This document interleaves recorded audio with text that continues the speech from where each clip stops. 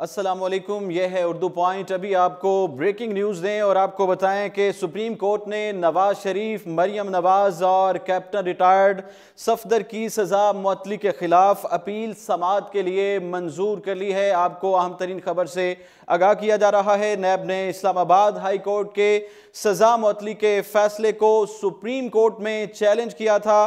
Chief justice Pakistan की सरबराही में 3 रुकनी bench इस केस की समाअत करेगा। अभी आपको बताएं कि नवाज शरीफ, मरियम नवाज और कैप्टन रिटायर्ड मोहम्मद सफदर की सजा मुअत्तली के फैसले को कलअदम करार दिया गया था। नैब ने नवाज शरीफ की रिहाई के फैसले को चैलेंज किया था।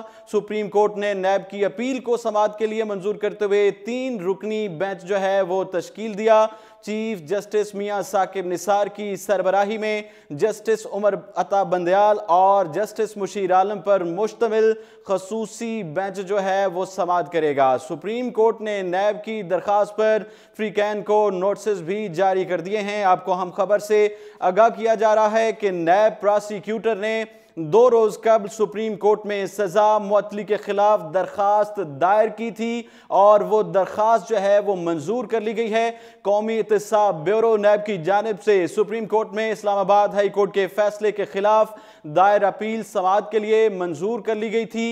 और आपको अहम खबर से आगाह किया जा रहा है, ख्याल रहे कि गुज़िश्ता रोज नैब की जानिब से अदालत उज़्मा में जमा करवाई गई दरखास्त में मौक़िफ़ इख्तियार किया गया था कि इस्लामाबाद हाई कोर्ट ने मुकदमे के शवाहिद का दुरुस्त जायजा नहीं लिया और एवनफील्ड रेफरेंस में एहतसाब अदालत की जानिब से दी जाने वाली सजाओं को मुअत्तल कर दिया था।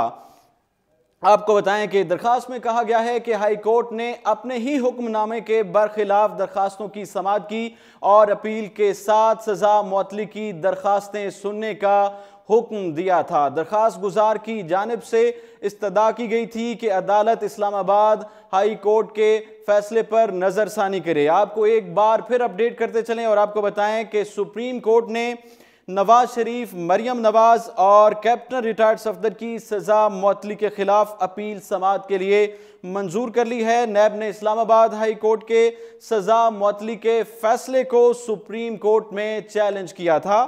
चीफ जस्टिस पाकिस्तान की सरबराही में 3 रुकनी बेंच इस केस की समाअत करेगा। ये तो वक्त ही बताएगा कि समाअत में कौन से इक़दाम किए जाएंगे, दोबारा उनको सजा होती है या नहीं होती है, ये तो वक्त ही बताएगा। ये थी उर्दू पॉइंट की ताज़ा तरीन और आप देखते रहिए उर्दू पॉइंट।